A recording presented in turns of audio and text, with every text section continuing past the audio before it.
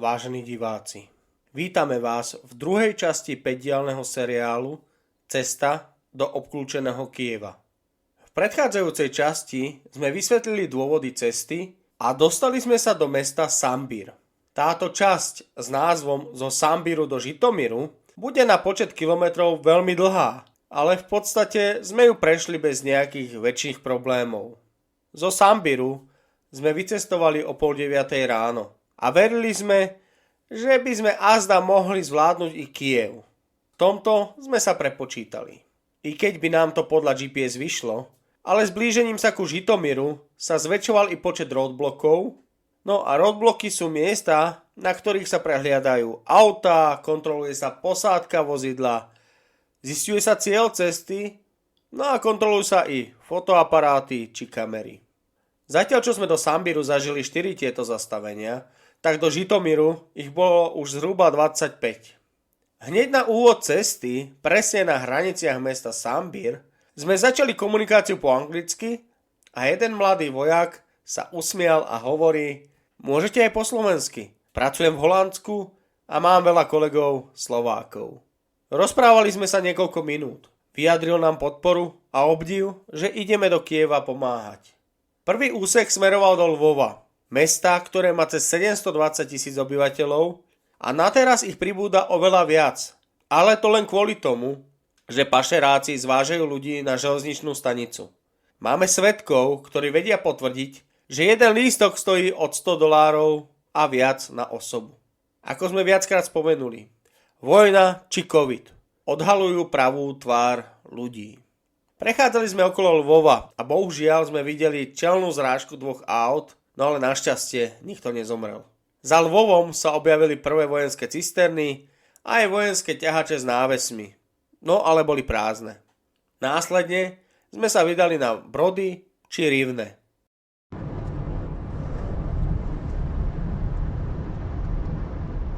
Ako náhle sme našli otvorenú čerpaciu stanicu, tak sme neváhali a tankovali sme. Zároveň sme si všimli aj to, že i keď bola nejaká pumpa zatvorená, tak aspoň toalety boli vždy otvorené a skutočne žiarili čistotou. Samozrejme, sme sa snažili natočiť toho najviac, ale už sme poznali taktiku Ukrajincov a preto sme nezastavovali na dlhšiu dobu a boli sme opatrní, či nás niekto nesleduje z diaľky, či z nejakej dodávky alebo džípu. Preto máme najviac záberov v podstate z idúceho auta. No a nehambíme sa za to. Nie sme vojnoví reportéri. A ako som spomenul v minulom videu, tak sme prišli pomôcť a nie vyhľadávať smrť. Okolo nás sa odohrával príbeh krásnej prírody. Ukrajina je nesmierne veľká krajina s nevyužitým potenciálom. Osobne si prajem, aby konečne mali vo vedení ľudí nenapojených na mafiánske skupiny. Ale práve takých, ktorým bude záležať na najobyčajnejších ľuďoch a na krajine ako takej. Ako som spomenul, cesta ubiehala rýchlo a i napriek početným kontrolám sme nemali nejaký pocit, že sme tu nevítaní. Práve naopak, všade nás podporovali a snažili sa čo najlepšie poradiť ako ďalej. Dokonca nie raz sme sa zhodli, že my Slovania musíme držať spolu a že sa nenechajme ničiť tou hnusnou mafiou, o ktorej vedia aj oni a že prišla cez liberálov. Nevyzerá to dobre pre médiá, ani pre tých hajzlíkov, ktorí chcú Ukrajinu hneď v EÚ. Je to fakt štýl mafie, aby zakryla to, čo sa začalo odkrývať v Európskej únii. A to, že vlastne je to dirigované celá EÚ mafiou, takže držte nám palce, hejterov budeme blokovať a mazať. My nemáme záujem o ľudí, ktorí sú v podstate trošku psychicky mimo a majú radi LGBTI a pozeranie jojky a čítať denní gen a podobné hovadiny. My sme tu preto, aby sme odhalovali pravdu a nehrali sa na hrdinov. Prežili sme 9 pokusov o vraždu a jednoducho podľa tej schémy vychádzalo, že to je blbosť toto. A prepáčte, ale je to blbosť. Není problém kdekoľvek tankovať. Jediný problém je, že musíte sa vyhýbať sem tam veľkým dieram na asfalte, ale to je náš úplne v pohode. Takže držte sa a uvidíme, čo bude ďalej.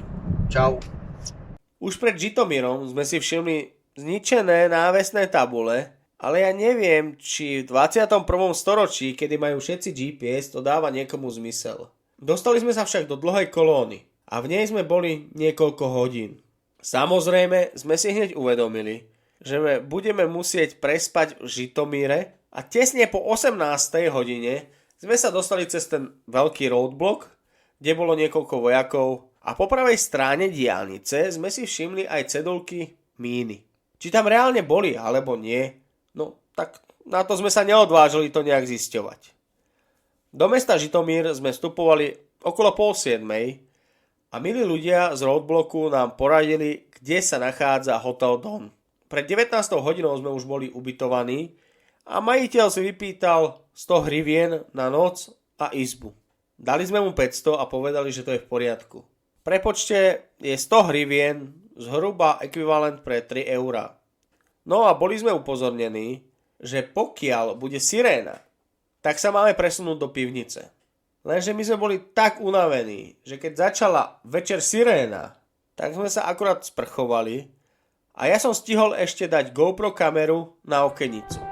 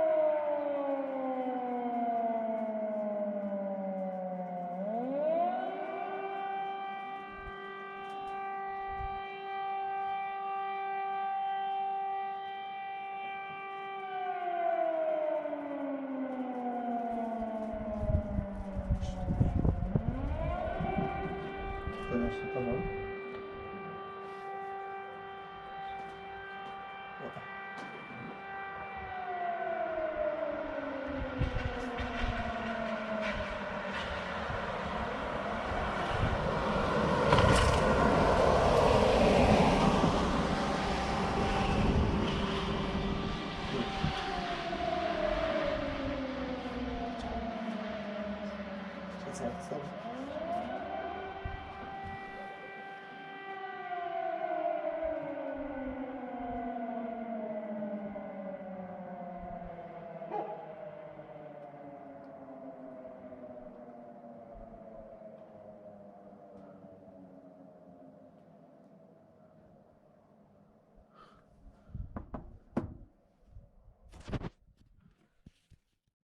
No lenže bola už ulica prázdna a tak sa nedalo zhodnotiť správanie ľudí.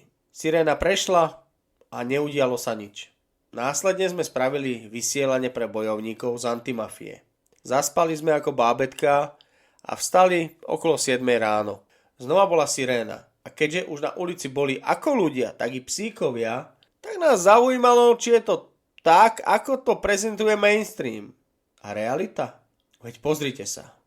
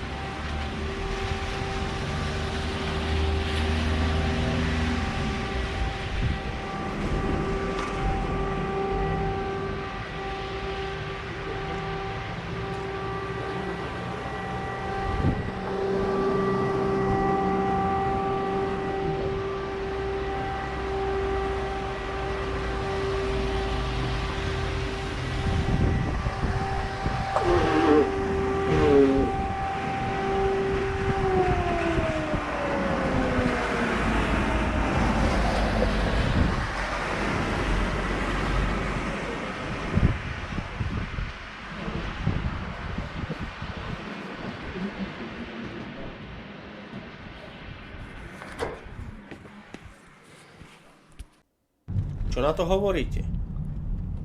Po siréne sme sa vybrali cez celý Žitomír. Natočili sme niekoľko záberov a aj sme čo to nafotili.